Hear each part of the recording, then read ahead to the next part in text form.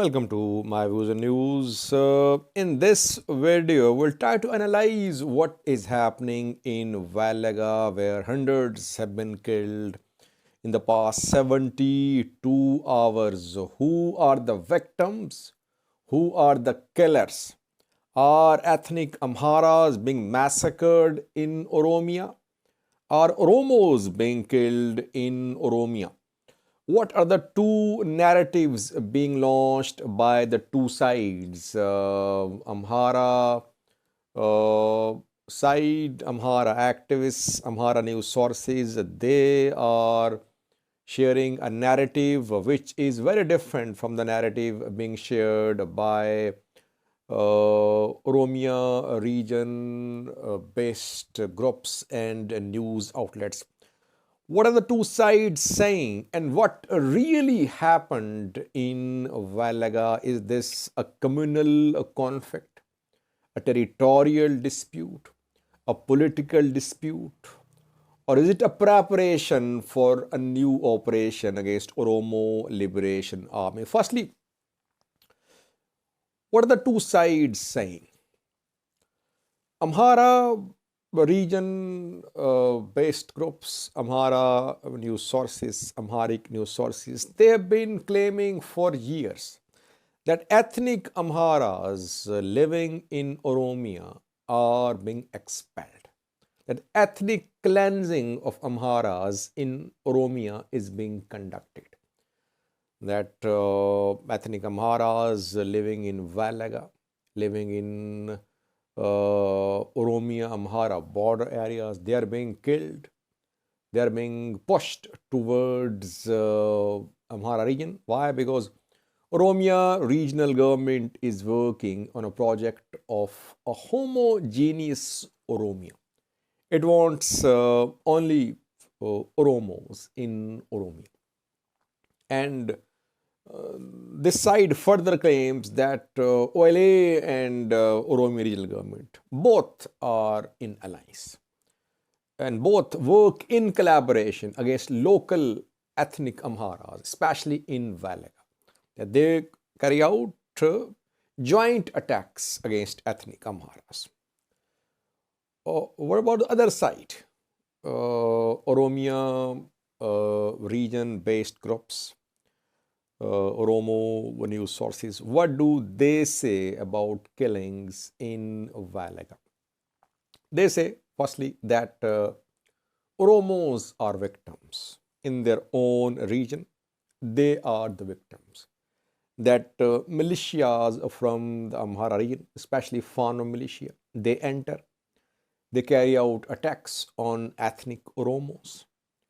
And tens of thousands have been, rather hundreds of thousands of Oromos of Wellega have been displaced in recent years. And they say that, and this recent upsurge of violence, about this recent and ongoing upsurge of violence, Oromia side says that Amhara region wants to create a special zone in Oromia. Special zone where Oromos are in minority or where Amharas are in large number in Oromia-Amhara border areas. That is why a coordinated attack was carried out by Amhara militia members. The purpose was to push Oromos out of these areas. And the second purpose is to pave the way for start of a major operation against Oromo Liberation Army. Civilians are being forced to flee from Wellega, and then a new operation against OLA will start. Why? Because OLA has been using civilians as human shields. So that is why this operation was launched by Fano militia in collaboration with Ethiopian National Defense Force. And the purpose is to pave the way for a major operation against OLA. So So these are the two different narratives, conflicting narratives being launched by the two sides. What is happening actually on the ground? Firstly, in Oromia, of course, majority of population is Oromo. Around 90%, not exactly. But Amharas live in Oromia too. Around 10%, some say. In Amhara region, Oromos live too, mostly in border areas. Amharas in Oromia are mostly in border areas. Same is the case in Amhara region, that in North Shore, in Oromia special zone, both are part of Amhara region, but Oromos live in large number there. And then in Oromia, in Dera, in other Oromia Varedas, which are on Oromo-Amhara border, Amharas live in large number. In Wellega too, in Horogodoro too. They are in large number.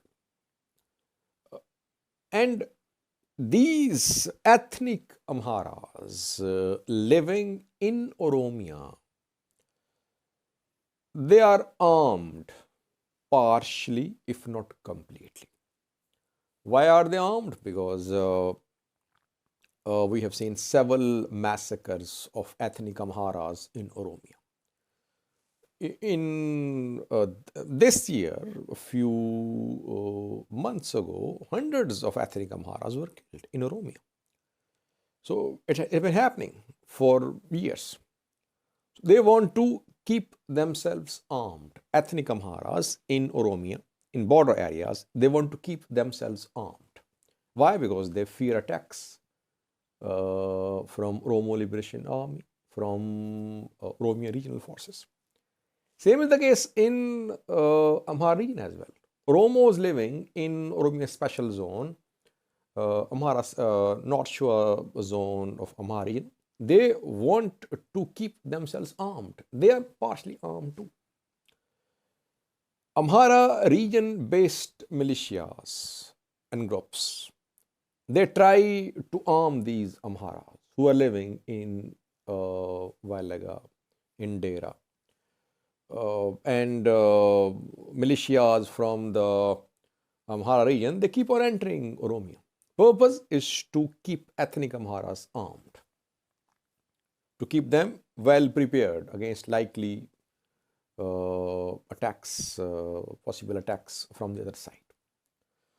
Oromia regional government has been launching several disarmament campaigns, but the campaigns could not succeed completely. OLA also wants to disarm Amharas. For OLA, Wellega with Oromo majority is suitable than Wellega with Amhara majority, because OLA works in close collaboration with locals.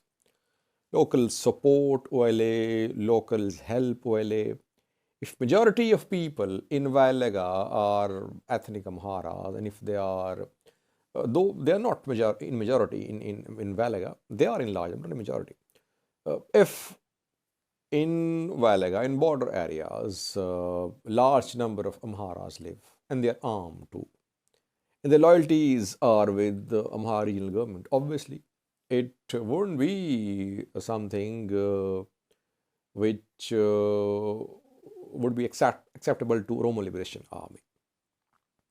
So for Oromo Liberation Army, a homogeneous Wellega is more suitable with Oromo majority.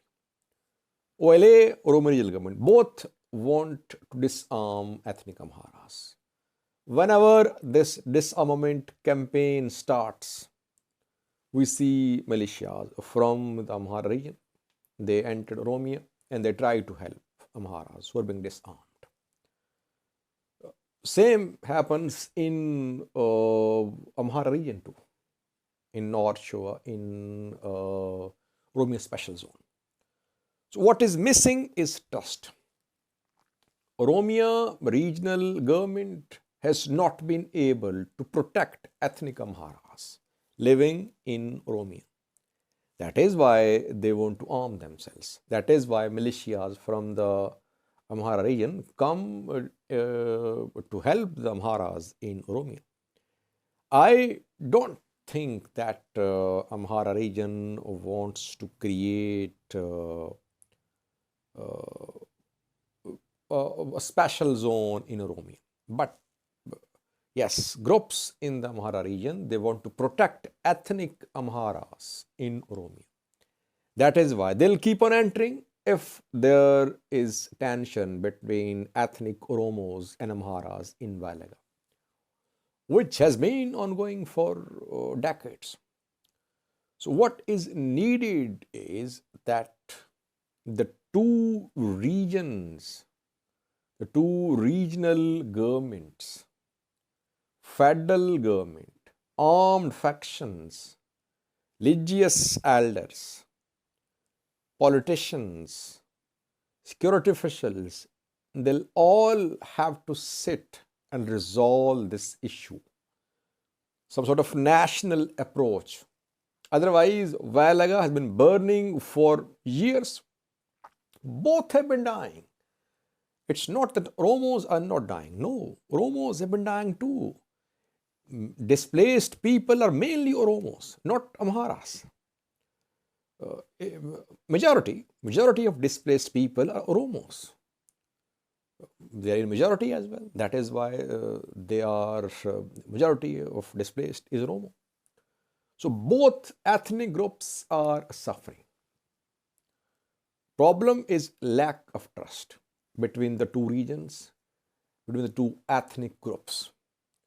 Oromos in their private conversations say that Amhara expansionists have the claims to Volkayt, to Raya in Tigray, to parts of Benishangal Gumus, and they want to have claims to parts of Oromia too.